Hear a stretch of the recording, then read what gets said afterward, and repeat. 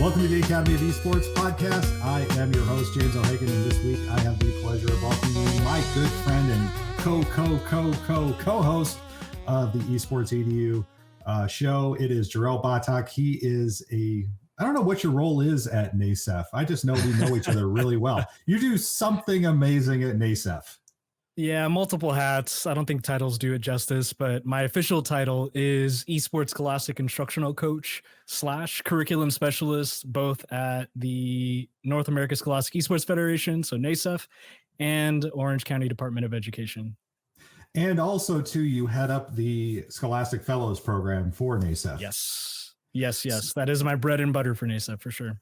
Well, I want to talk about that a little bit. I also want to talk about the issues related to diversity, equity, and inclusion. And I think they all kind of go together because I know the Scholastic program started a couple of years ago. This is the second group cohort, if you will, that has gone through. And it's really every year, it seems like we're finding these new, I guess you could say, niches. 2 years ago, it seemed like libraries were big. And now I don't know what the big thing is right now or what the niche is right now, but you know, for people who think that esports is just for these 20-somethings, it is definitely not. What have you seen with through the fellow program? Honestly, everything, you can imagine. I think there's so many different ways, and I think that's the beauty of just this idea of Scholastic Esports. I think beyond that, game-based learning has been around for quite some time, but I feel like Scholastic Esports has really injected a new level of energy for a lot of these educators to really look at new ways to innovate their pedagogy and their classroom environments or their programs. So it can go anywhere from, middle schools, and that's like public, charter, everything, community-based organizations, high schools now. I think really it's everything you can imagine and more. I even got an email today from our communications department that said, we have a 8-year-old and a 10-year-old who want to know more about esports. They want to get it started. And, oh, yeah. And that's the funny thing is that it doesn't take, again, if we're building these programs for pros, it's going to look totally different. But, what have you seen as far as, I guess, innovative approaches to bringing esports in? I mean, because it's really easy to say, oh, we play Overwatch or we play Rocket League or whatever. But again, it doesn't seem like even the curriculum development, even the thought process that teachers are putting into this now is so next level compared to what we even thought about maybe 5 or 6 years ago. Absolutely. I think, when NASEF first emerged, there was an emphasis on the club and competition model. And then, as Kevin got involved and started writing all of the curriculum. Kevin Brown, yes, the homie. Yeah. He really took it to the next level, I think, in really looking at ways to bring it into, the curriculum environment, into the regular school day. And so, but since then, I think the way that I like to describe it is there's kind of this like journey that happens when you enter in this space. You're like, okay, I don't know where to start. You kind of start with, all right, I'm going to try maybe a club, or maybe start with a club charter, or just start with an intention. But I think the journey kind of delineates into two pathways at the forefront. You either start in the club space, after school space, expanded learning, or you really just tackle the curricular integration piece. But I think what I'm finding across all of the educators is they may start, in one area or another, but there's this bridge that tends to happen as they get more people involved, more students involved, more of their community members involved. It really is a blend of during school and after school. And, you interact with many educators as well. I think Angelique is a great example of that, right? She has her ELA classroom where she's, facilitating ideas around games and game narratives. But then at the same time, she facilitates the after school club, which is really centered on, maybe some of the more competitive environments or tournaments, but also looking at other aspects as well. So I think it's a nice blend of both of those things is really when you have a Scholastic Esports culture emerge in your program. Well, even let's talk about Kevin for a second, because sure. Look, dude is not a trained educator. That's the thing that blows my mind is if he wanted to go get a teaching license, he'd be somebody whose classroom I would want to sit in. And I mean, he is a trained educator, though. He has his CTE credential. Yeah. Okay. Yes, he's got the CTE credential. But let's think about this, that this summer, of course, when we were facing this pandemic and most things are shut down, and Kevin was approached by Compton schools and said, hey, we want to start our esports program. Okay. And Kevin, does what Kevin does. Okay. Tell me what you have. And it's Chromebooks. Yep. And again, if you're looking to build a pipeline to the pros, Chromebooks is not where you start for competitive esports. But yet he was able to think through and figure out and produce something that provided, I guess you could say, the base level experience that maybe prepares kids for what they would get this fall. Absolutely. I mean, that's the level of intention that you have to place when you're planning and designing these types of programs. Is you're thinking about all of the sort of design constraints, right? What are all of those challenges that you're currently experiencing? What are the access issues?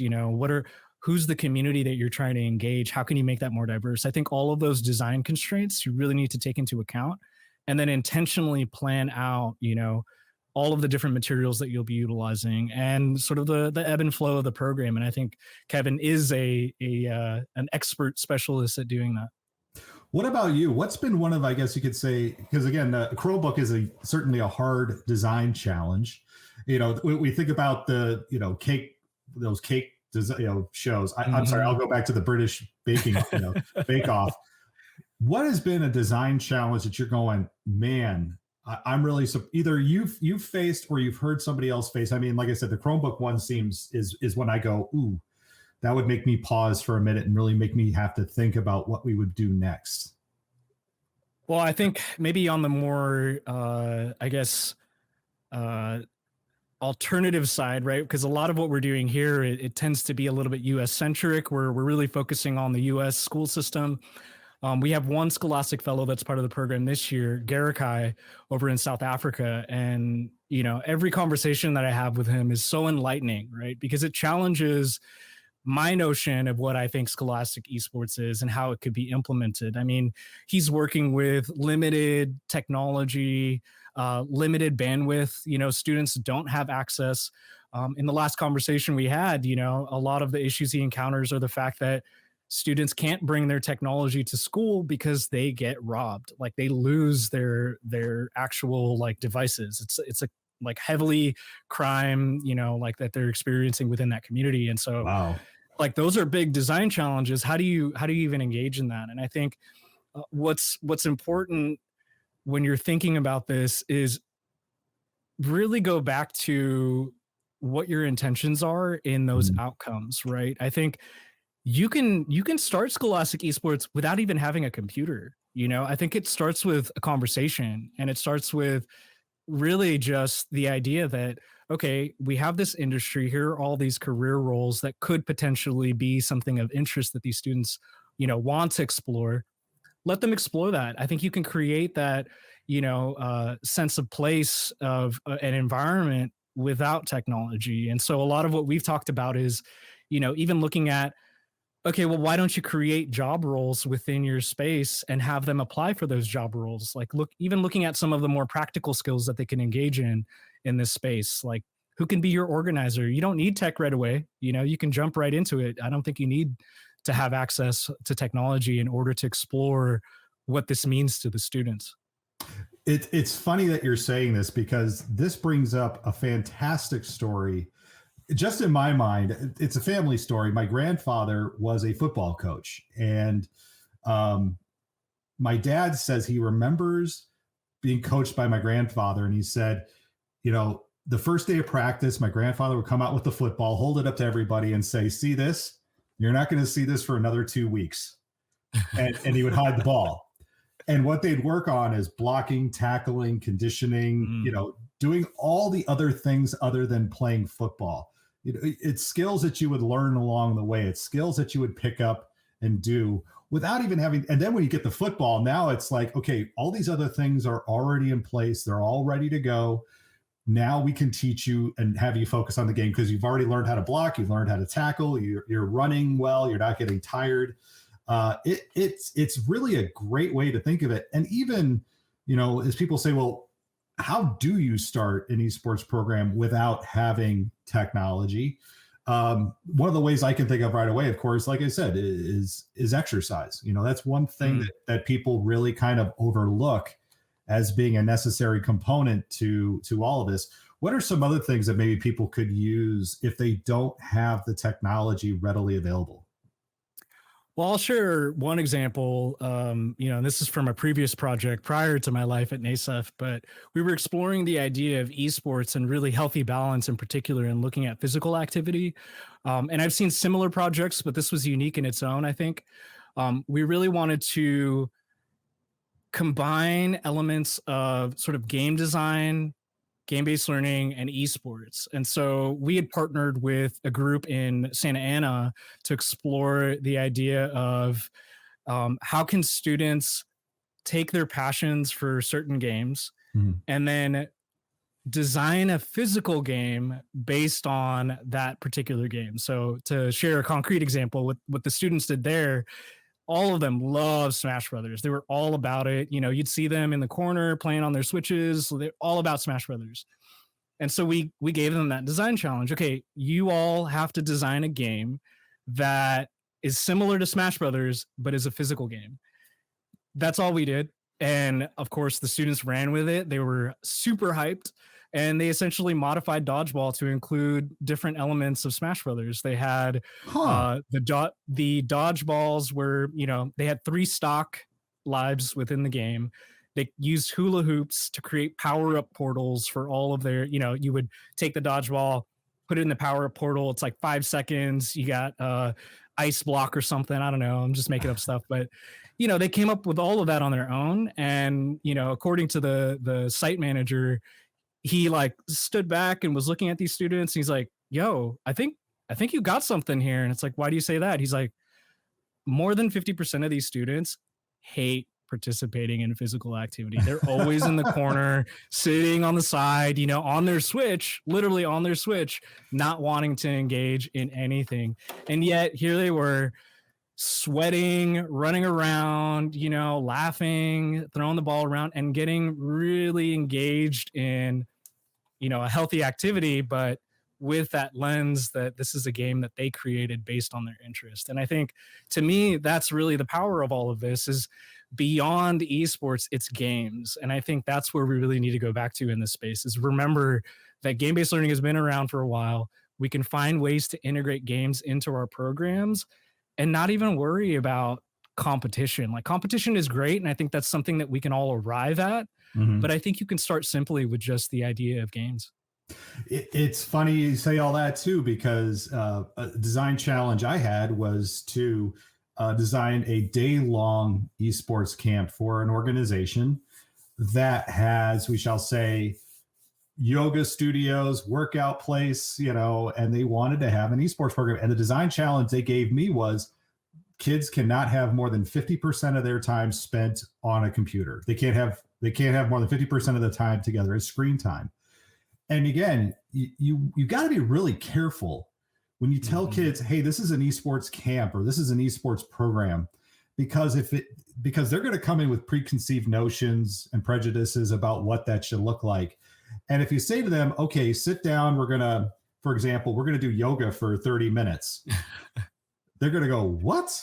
Or, hey, we're going to teach you how to use the weight room. Well, I'm not here to learn how to use the weight room. I'm here to play Rocket League or Overwatch or whatever it is. The messaging can't be, because again, educators, we have a real tendency to do this. We have a tendency to find something that kids love and beat it to death and change it and take it and make it our own and totally ruin it for kids. Yep. We tend to do that. Adults seem to mess things up. I think if we all just disappeared and let the kids run the show, I think maybe things would be a little bit better, to be honest. Sometimes. Yeah. Now you did start to touch on this a little bit, because I did not know. I know there is or was a NASEF Scholastic Fellow from Mexico. Yes. And again, we don't think about, either the North America, and yet you said you have somebody from South Africa. And I did not know that. That's just fascinating. I need to find this person and talk to them, because that's really an interesting concept. But again, as you've worked with these Scholastic fellows, what has that informed you about or made you realize, even if you think you have a good grasp on diversity, equity, inclusion, and accessibility? I throw the A in there as well. Some people think inclusion is in there, but I really say accessibility has to be kind of its own thing. What has that helped to inform you about as far as the state of, I guess, play, or the state of esports within schools when it comes to those kinds of things? I think, you know, especially into this year, because I really spent time being intentional about the selection process for the Scholastic Fellows, I was really not that he wasn't keen. Before. Yes, not that I wasn't before, but mind you, I did jump in a little bit late in the game. True. But at the same time, I think part of it was, you know, when I look at these educators, I don't just see them as educators. They really are the leaders of this movement, you know, and I lift them up and I talk them up all the time. But if you think about it, if we're lifting them up, they are the role models for the next generation, right? And I think that's the most important piece, is these educators, the more diverse we can include in terms of, you know, who's running the programs, or even showcasing all of those different educators that are trying different things. And it doesn't have to be like, you know, a grand slam program. Like, it could just be something so simple. And I think the more that we elevate them in that way, the more that we can really showcase what's possible. And I think that's the biggest piece, is, you know, students, they only interact with people that they see themselves in, you know, in a lot of ways. Like, and if we don't allow for those role models to be in these spaces, then they're not going to engage. And I think that's one of the biggest things. But I think, again, it really goes back to that level of intention, because many of these educators, they are probably the most passionate human beings I have ever met. And they're not just passionate about innovating their programs, they're passionate about trying to find different ways to keep their students engaged, you know, and learn, but also have fun. And I think that level of passion can sometimes be a little fiery, because I think once they jump into this work, they realize that it is a lot of work and it does take a lot of intention. And so we really do spend a lot of time in the program really talking about some of those issues, and really diving into what are like best practices to resolve that. So, you know, like you had mentioned around just access in general, I mean, that was the biggest question that many of the educators that stepped into this space is, what materials do I need? How do I know? And what's interesting is that most of the Scholastic mentors who participated last year and are now serving as leaders this year, you know, they come into it and they're like, yo, like, just start with what you got. You know, just use what you got, start there, and then you can figure it out. Talk to your students. What do they have? You know, and I think through those conversations, educators are a little bit more open-minded now. It's not, oh, I have to have 20 gaming PCs in my lab. It's, oh, okay, yeah, I got a console. Oh, and the kids have Switches. Like, yeah, we'll just come together in the same space. And I think that's really where it starts. And that's, I mean, that's where everyone starts. And I think we have to remember that that's what we have to do, is be very intentional in the very beginning. I think about one of the people who is, I don't know if she's serving as a leader this year, but she's one of my favorite people who went through the mentor program last year, and that's Jody Mahoney. Oh, yes, Jody. Yes. She doesn't get enough love. Look, for those of you who don't know, you would, if you saw Jody walking around at a conference, let's say an education conference, you would not know she is what she has. I mean, she works on the south side of Chicago. She works in a primarily Hispanic school, 7th and 8th graders. And she's this just unassuming person when you see her. And really, I met with her students online, I think at the end of 2019. I don't know what year it was anymore. Again, what is time? This is becoming a theme of all the podcasts lately. Yeah. But she had those kids so engaged and eating out of the palm of her hand, and you could hear it in like, you know, that one teacher who just has kids who will do anything for them. And she tapped into something with those kids like I had never or rarely ever heard a teacher do. I look at what Miles Harvey has done in New Mexico. Miles started with just a few switches in the classroom and now has built out this tremendous, almost middle school league. Chris Aviles, of course, has taken Garden State Esports and put steroids on it and made it into this behemoth of an organization. Always hustling. Yep. Always. Well, I mean, the guy's aggressive and he gets out there and gets it done.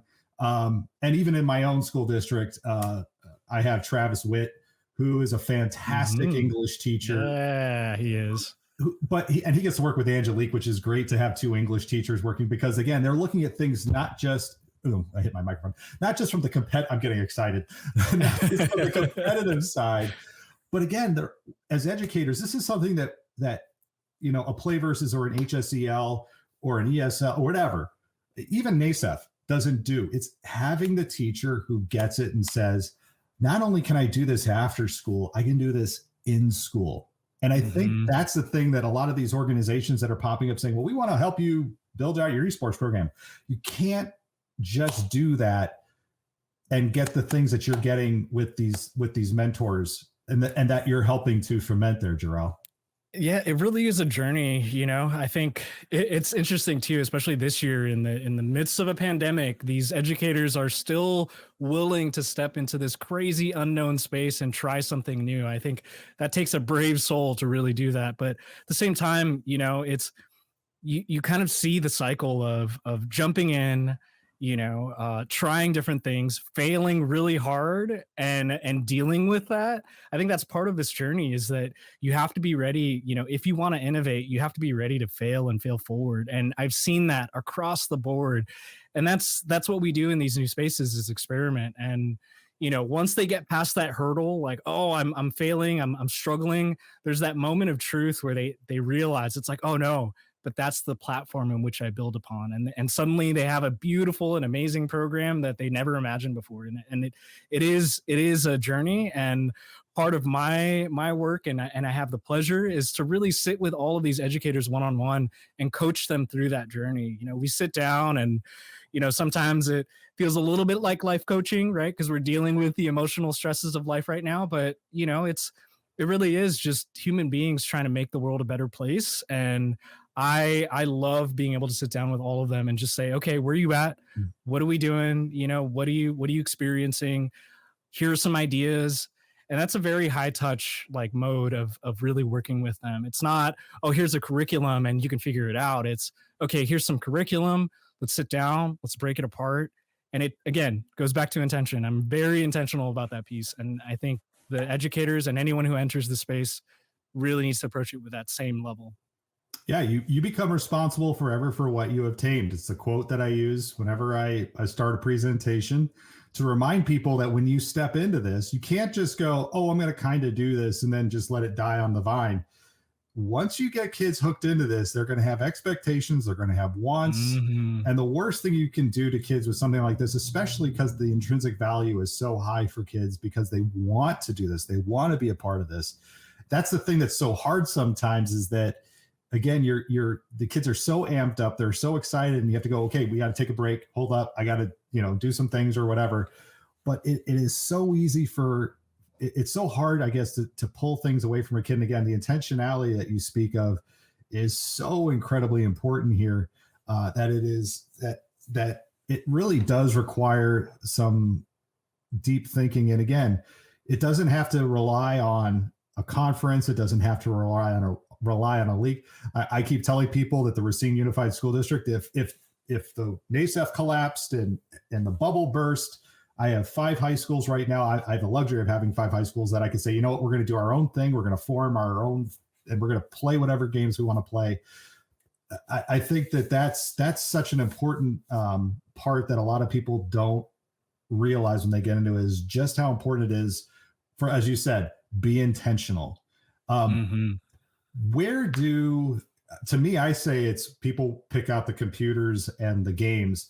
Is there something else that people maybe miss on when they, I guess, step into this space that you have seen, or maybe something that's a surprise to some of the mentors this year, or not the mentors, the fellows, sorry, Scholastic fellows, something that maybe has surprised one of them or all of them in this experience that they've had?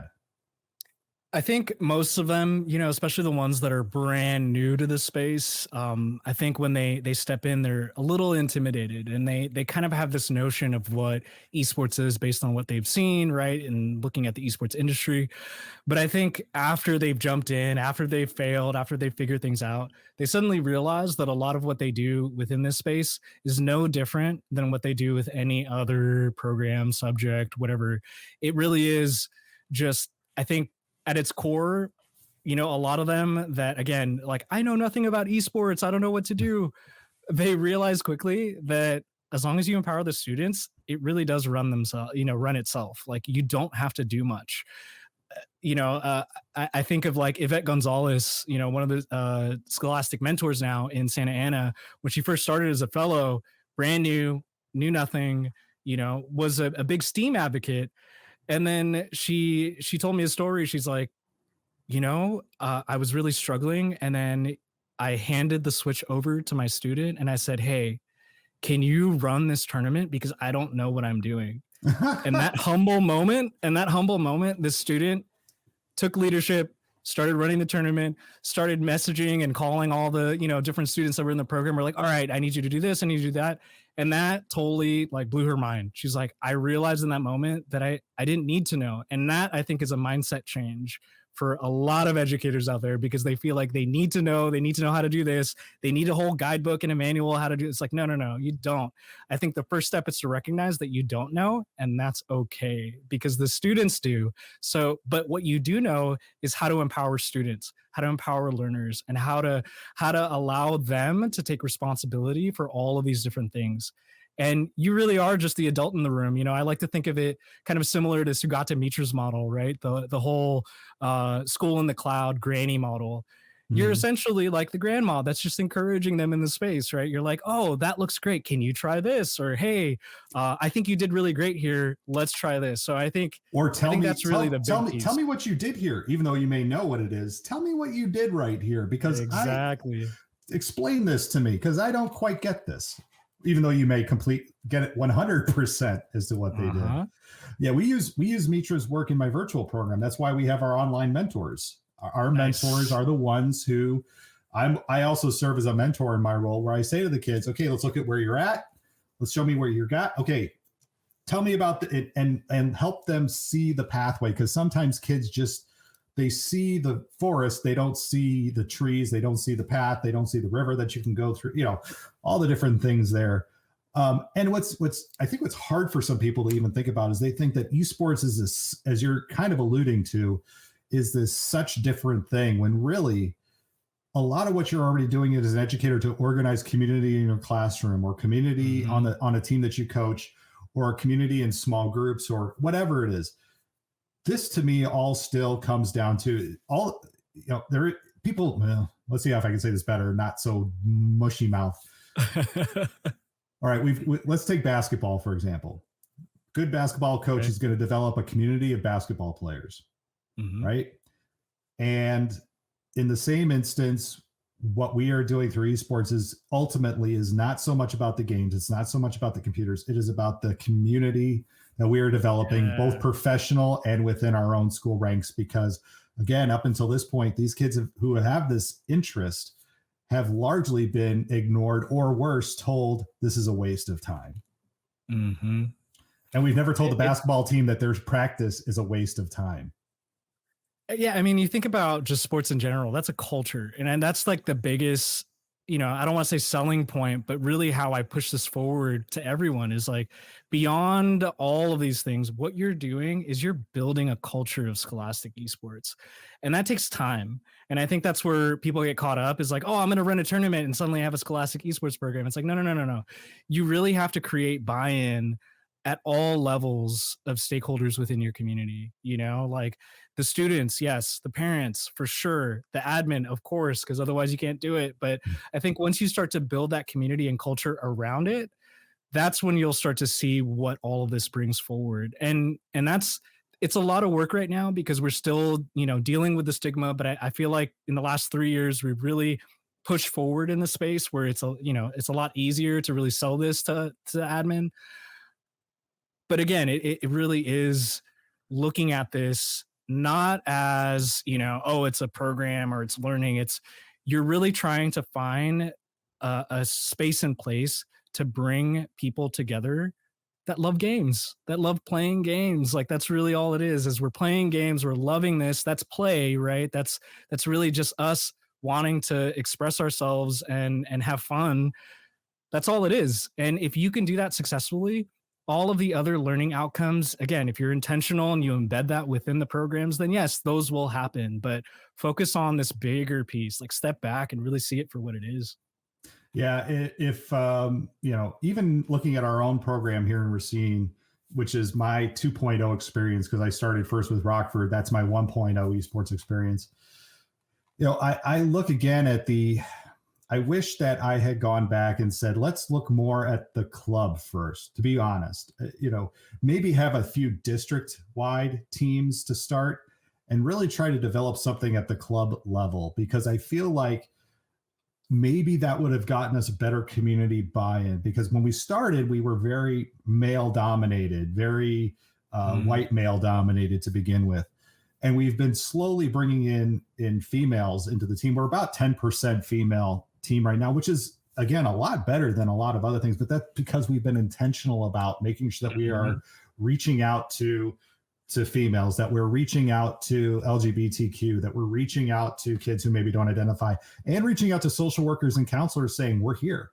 That's part of the intentionality. You can't just put the flyer up on the wall and then now you're going to have this beautiful, diverse esports experience, because that's not how it works. There's still some very real data that suggests, that yes, girls and females and non-identifying are playing these games, but they're not doing it in ways where they can be themselves. And that's a really hard thing to see and hear about.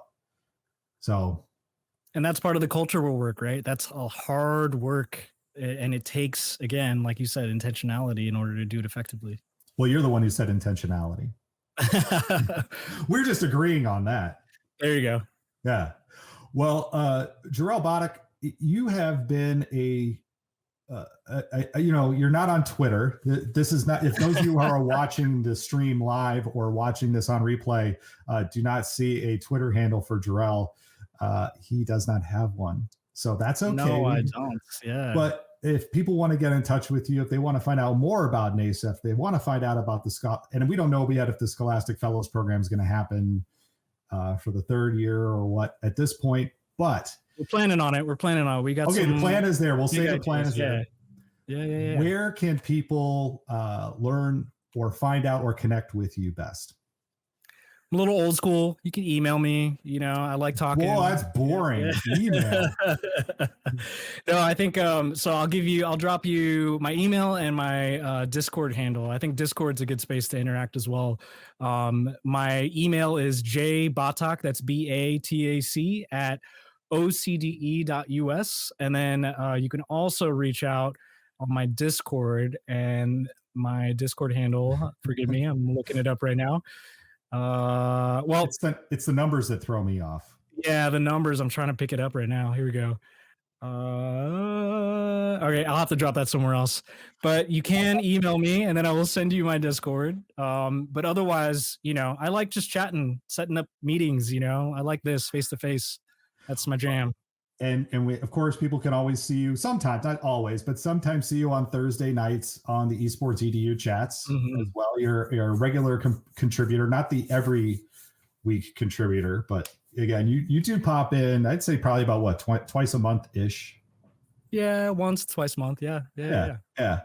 And again, still with the NASEF organization, Jorrel Batac, thank you for being a guest on the Academy of Esports podcast today. Of course. Thank you so much. It was a pleasure. Always great talking with all of you. That will do it for this week on the Academy of Esports. I've been your host, James O'Hagan. Esports are organized competitive video games allowing schools to redefine their athletic culture, diversify opportunities for student participation, promote good physical and mental health, increase collegiate scholarship pathways, and play games. We can never forget the importance of play. The mission of the Academy of Esports is to support these ideals. The vision of the Academy of Esports is for all students to experience the fun and joy of playing competitive video games. You may follow me on Twitter at Jim O'Hagan. That's at JIMOHAGAN, and through the Academy of Esports account at TAO Esports. It's a great way to get the latest blog posts, podcast episodes, and news coming out of esports and education. And remember, you can continue your engagement by going to www.taoesports.com. You can also connect through Facebook at www.facebook.com/TAO Esports. Thanks again for listening, and I look forward to our time again next week.